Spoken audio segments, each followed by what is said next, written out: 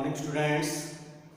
आज हमने जो चैप्टर स्टार्ट किया था ज्वाइंट हिंदू फैमिली बिजनेस, उसमें आज हम उसका जो मीनिंग है, meaning of joint Hindu family business. इससे पहले मैंने आपको बताया था जब हमने चैप्टर स्टार्ट किया था, क्योंकि ज्वाइंट हिंदू फैमिली बिजनेस, आज हम ज्वाइंट हिंदू फैमिली बिजनेस का मीनिंग करने जा रहे हैं। पहले जो मैंने बताया था ज्वाइंट हिंदू फैमिली का मीनिंग बताया था, और उसके अंदर हमने टू कम्युनिटी के बारे में मैंने आपसे डिस्कस की थी। मिताक्षरा कम्युनिटी क्या होती है, दयाभाव कम्युनिटी क्या होती है। तो आज हम जो डिस्कस करने जा रहे हैं वो है हमारे पास meaning of joint Hindu family business. तो किसका मीनिंग करने जा रहे हैं? पहले हमने किया था meaning of joint Hindu family का, आज हम साथ में किसका कर रहे हैं? बिजनेस का। ये ज्वाइंट हिंदू फैमिली बिजनेस का मीनिंग क्या, व्हाट इज। अब जब एक ही फैमिली के ऑल मेंबर्स मिलकर एक बिजनेस को क्या करते हैं, रन करते हैं एज ए फैमिली बिजनेस, यानी एक ही परिवार के, एक ही फैमिली के ऑल मेंबर्स मिलकर एज ए फैमिली बिजनेस जब रन करते हैं, हम उसको क्या बोलते हैं? Joint Hindu family business. इसमें क्या है कि जो कंट्रोल किया जाता है, जो मैनेजर है, मैनेजर बोल दें, मुखिया बोल दें, कंट्रोलर बोल दें, कर्ता बोल दें, senior person of the family, जो सीनियर पर्सन या एल्डेस्ट पर्सन हम किसको कह सकते हैं, जो फैमिली का सबसे बड़ा व्यक्ति होता है, जो सीनियर पर्सन होता है, वो as a manager, as a मुखिया, एज ए कर्ता वो वर्क करता है। ऑल फैमिली मेंबर उसके कंट्रोल, उसके अंडर वर्क करते हैं, उसके कंट्रोल में वर्क करते हैं, और कोई भी फैमिली मेंबर बिजनेस के अंदर कोई भी इंटरफेयर नहीं कर सकता एक्सेप्ट करता।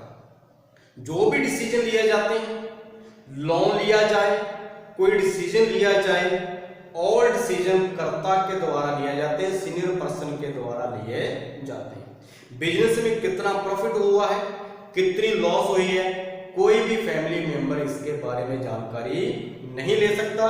फैमिली मेंबर को सिर्फ एक राइट होता है कि वो जो उनकी नेशनल प्रॉपर्टी है, जो उनकी पूर्वजों की संपत्ति है, नेशनल प्रॉपर्टी, उसके डिवीजन की डिमांड कर सकते हैं, लेकिन वो प्रॉफिट एंड लॉस के अंदर जब क्या कितना रहा उसके बारे में कोई भी जानकारी, इंफॉर्मेशन नहीं ले सकते, और ना ही उनको बिजनेस के अंदर कोई इंटरफेयर कर सकते हैं। ऑल कंट्रोल किसके हैंड में होता है? ओनली कर्ता और मुखिया। कर्ता बोल दें, मुखिया बोल दें, मैनेजर बोल दें, जो हमारा फैमिली का सीनियर पर्सन होता है, एल्डेस्ट पर्सन होता है, उसके कंट्रोल के अंदर होता है इसके। अब इसके अंदर एज का कोई फैक्टर नहीं है कि किसकी एज कितनी है। एक दिन का बच्चा हो, मान लो आज ही किसी बच्चे का जन्म हो, और एक की एज क्या हो, 70 ईयर हो, 80 ईयर हो, 60 ईयर हो, लेकिन प्रॉपर्टी के अंदर राइट कैसा होता है? इक्वल राइट होता है। ऑल मेंबर्स का कैसा राइट होता है? इक्वल, इररिस्पेक्टिव ऑफ एज, यानी एज को ध्यान में, यानी एज मैटर नहीं है जहाँ पे कि किसी की एज ज्यादा तो उसका शेयर ज्यादा होगा, किसी की एज कम है तो उसका शेयर कम होगा। एज फैक्टर जहाँ पे नहीं है। चाहे एक दिन का बच्चा हो, चाहे उसकी एज क्या हो, 60-70 साल की हो, सभी का राइट कैसा होता है? प्रॉपर्टी में इक्वल राइट होता है। अब बात आती है लायबिलिटी की। लायबिलिटी कैसे होती है? एक्सेप्ट कर्ता।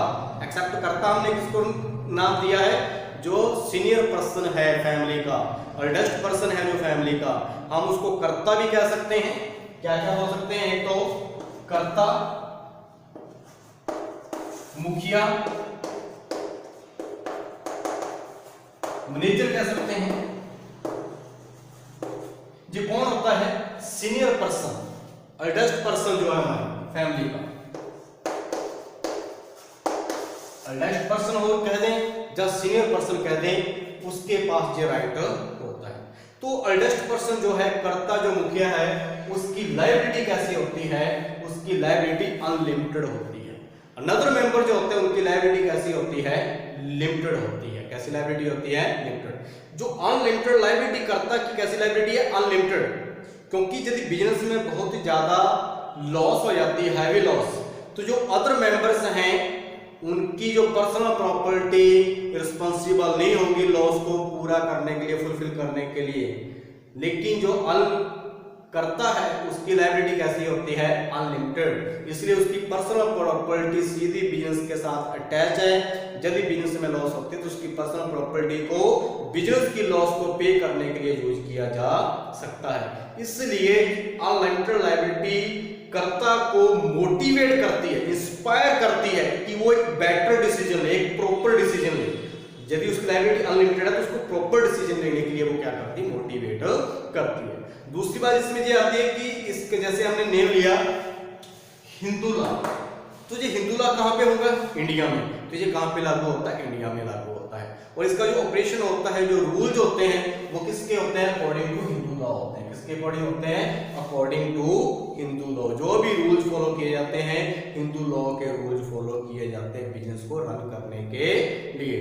तो स्टूडेंट्स क्या बताया मैंने कि एक ही फैमिली के जितने भी मेंबर्स हैं, ऑल मेंबर्स मिलके एज ए फैमिली बिजनेस जब उसको रन करते हैं उसको हम क्या बोलते हैं, ज्वाइंट हिंदू फैमिली बिजनेस। तो डेफिनेशन देखिए इसकी, it refer to that business organization, it refers to that business organization under which all members of joint Hindu family carry a business under the control of मुखिया और कर्ता ऑफ द फैमिली। तो किसके under में work करते हैं, वो जो सीनियर पर्सन होता है। और सीनियर पर्सन को हम किस नेम से जानते हैं, मुखिया कह सकते हैं, कर्ता कह सकते हैं, मैनेजर कह सकते हैं। उसके कंट्रोल में क्या करते हैं, वर्क करते हैं ऑल फैमिली मेंबर्स। तो ऑल डिसीजन लेने का राइट किसके पास है, ओनली कर्ता के पास है, मुखिया के पास। कोई लॉ लेना है, कोई डिसीजन लेना है, सारे राइट किसके पास है, ओनली कर्ता के पास। अनदर फैमिली मेंबर के पास ये राइट नहीं होते। बिजनेस में जो प्रॉफिट लॉस का हिसाब किताब है, जो अकाउंट है, वो दूसरे मेंबर जो फैमिली मेंबर है वो कर्ता से नहीं पूछ सकते, ना ही वो उसके अंदर इंटरफेयर कर सकते हैं। ऑल डिसीजन ओनली किसके द्वारा लिया जाते हैं, मुखिया और कर्ता के द्वारा लिए जाते हैं। हाँ जी, एक बात ये, जैसे मैंने आपको बताया कि इसमें एज फैक्टर नहीं है, चाहे एक दिन का बच्चा हो, चाहे उसकी एज 60, 70, 80 साल हो, सभी का प्रॉपर्टी में राइट कैसा होता है, इक्वल राइट होता है। अनदर मेंबर की जो लायबिलिटी होती है वो कैसी होती है, लिमिटेड, बट कर्ता की लायबिलिटी कैसी होती है, अनलिमिटेड लायबिलिटी होती है। यही अनलिमिटेड लायबिलिटी ही कर्ता को क्या मोटिवेट करती है कि एक बिजनेस के लिए प्रॉपर डिसीजन ले, जल्दबाजी में डिसीजन ना ले, बेटर डिसीजन है जो हमारे बिजनेस को क्या कर सके, सक्सेसफुल होता जाए हमारा बिजनेस। तो किस लॉ के अकॉर्डिंग होते हैं, हिंदू लॉ के अकॉर्डिंग इसका रन किया जाता है, जो कि कहां पे होता है, इंडिया के अंदर।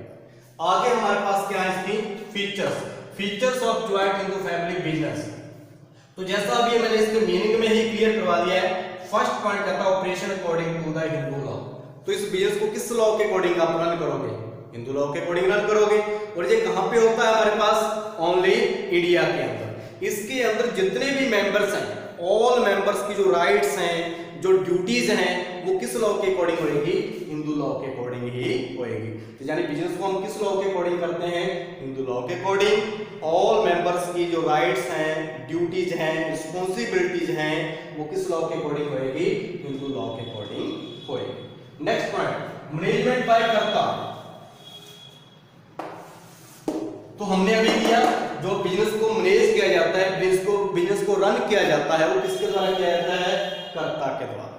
कर्ता कौन है, जहां पे senior person of the family, eldest person of the family, जो हमारी फैमिली का सबसे बड़ा मेंबर होता है, वो ही इसका कंट्रोलर होता है। उसी को हम कर्ता, मुखिया और मैनेजर के नाम से जानते हैं। ऑल बिजनेस को उसके द्वारा क्या किया जाता है, कंट्रोल किया जाता है। जो भी डिसीजन लिए जाते हैं वो सारे डिसीजन किसके द्वारा लिए जाते हैं, कर्ता के द्वारा लिए जाते हैं। उनकी अप्रूवल के बिना कोई भी कॉन्ट्रैक्ट नहीं किया जाता। तो ऑल डिसीजन और ऑल कंट्रोल किसके द्वारा बिजनेस को मैनेज किया जाता है, कर्ता के द्वारा, मुखिया के द्वारा किया जाता है। आगे नेक्स्ट पॉइंट क्या था हमारे पास, लिमिटेड लायबिलिटी। तो लिमिटेड लायबिलिटी किसकी है, जितने भी हमारे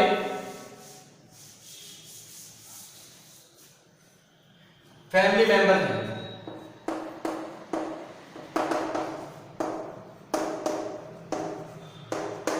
इन सभी फैमिली मेंबर्स की जो लायबिलिटी होगी वो कैसी होगी, लिमिटेड होगी। लिमिटेड मीन जितना उनका बिजनेस के अंदर शेयर है, बाय द वे कभी कोई लॉस होती है तो जितना उनके बिजनेस के अंदर शेयर है उसकी लॉस होएगी, उनकी पर्सनल प्रॉपर्टी को कोई भी प्रॉब्लम नहीं होएगी।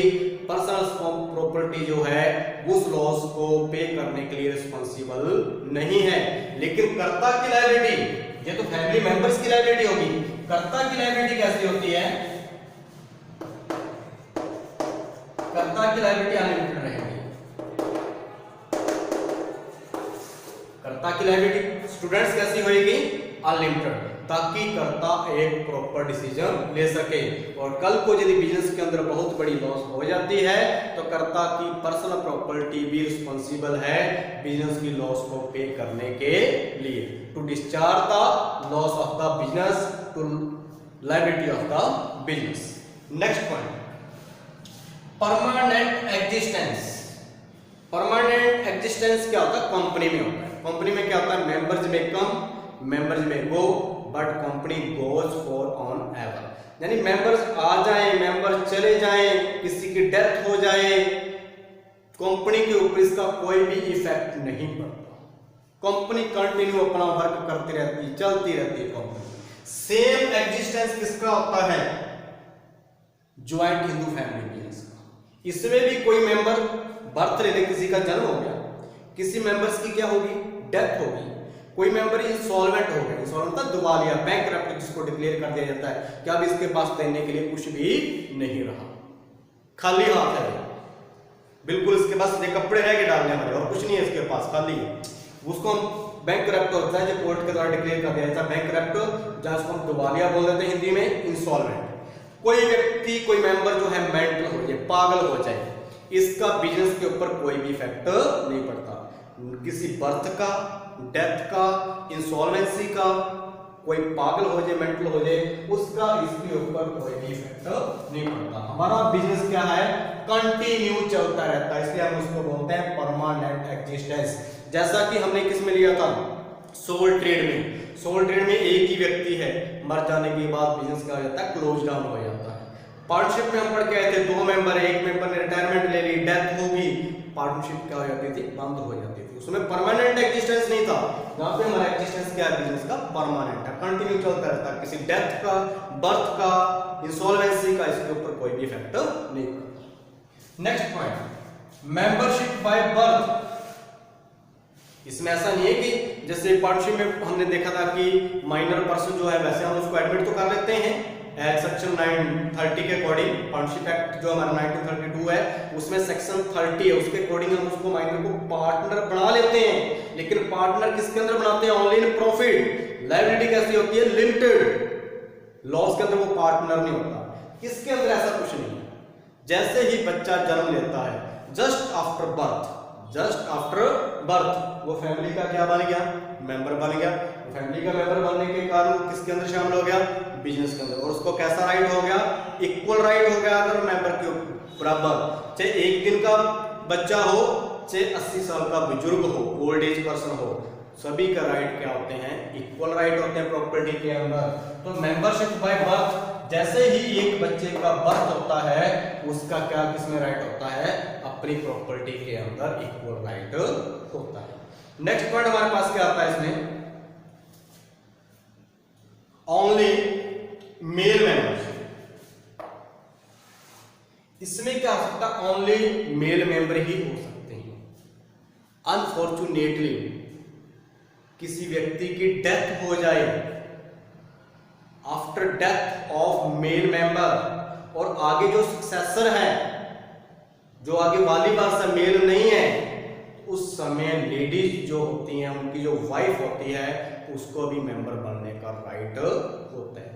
दोबारा फिर पॉइंट मैं बताता हूं, ये पॉइंट ध्यान से सुनना। पॉइंट ओनली मेल मेंबर होते हैं, लेकिन कई बार क्या होता है कि मेल मेंबर की क्या हो जाती है? डेथ हो जाती है, और आगे मेल मेंबर सक्सेसर बनने, वाली वारस बनने का, उत्तराधिकारी बनने के लायक नहीं, जहां मेल मेंबर नहीं है। In the absence of male member, एक मेंबर की डेथ होगी, आगे in the absence of male member, जो व्यक्ति मरा है उसकी वाइफ को मेंबर बनने का राइट होता है। कौन से एक्ट के अकॉर्डिंग ये राइट होता है? 1956 Hindu succession act.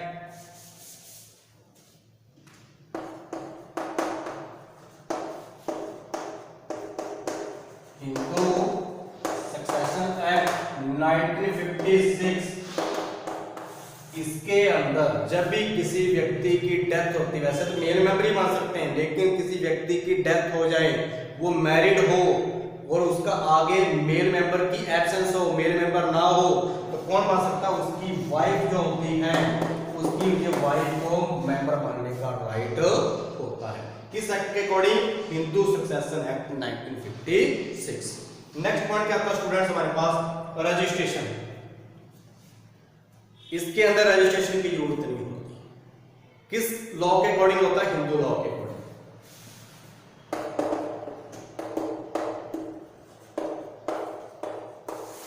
Hindu law के अकॉर्डिंग कौन सा बिजनेस हम रन करते हैं? जैसा कि हमारे पास नाम है, joint Hindu family business. All rights, all duties, all rules इसी लॉ के क्या होते हैं? फॉलो होते हैं। तो ये हमारे पास एक हमारे क्या है? फैमिली बिजनेस है, जो ऑल फैमिली मेंबर्स के द्वारा क्या किया जाता है? रन किया जाता है। तो हमारे पास हमने क्या किया? Meaning of joint Hindu family business किया, जिसकी डेफिनेशन आपको क्या बताई कि किसके अंडर में वर्क करते हैं? मुखिया और कर्ता के अंडर में ऑल फैमिली मिलकर एक बिजनेस को क्या करते हैं? रन करते हैं। फीचर्स लिए हमने operation according to Hindu law, management by karta, limited liability, permanent existence, membership by birth, only male members, और लास्ट पॉइंट क्या था हमारे पास? रजिस्ट्रेशन। तो स्टूडेंट्स आज हम इतना ही करेंगे, मीनिंग और फीचर्स। आगे जो नेक्स्ट पॉइंट है हमारे पास मेरिट्स और लिमिटेशंस, हम इसका नेक्स्ट टॉपिक के अंदर नेक्स्ट लेक्चर के अंदर करेंगे। तो थैंक यू स्टूडेंट्स।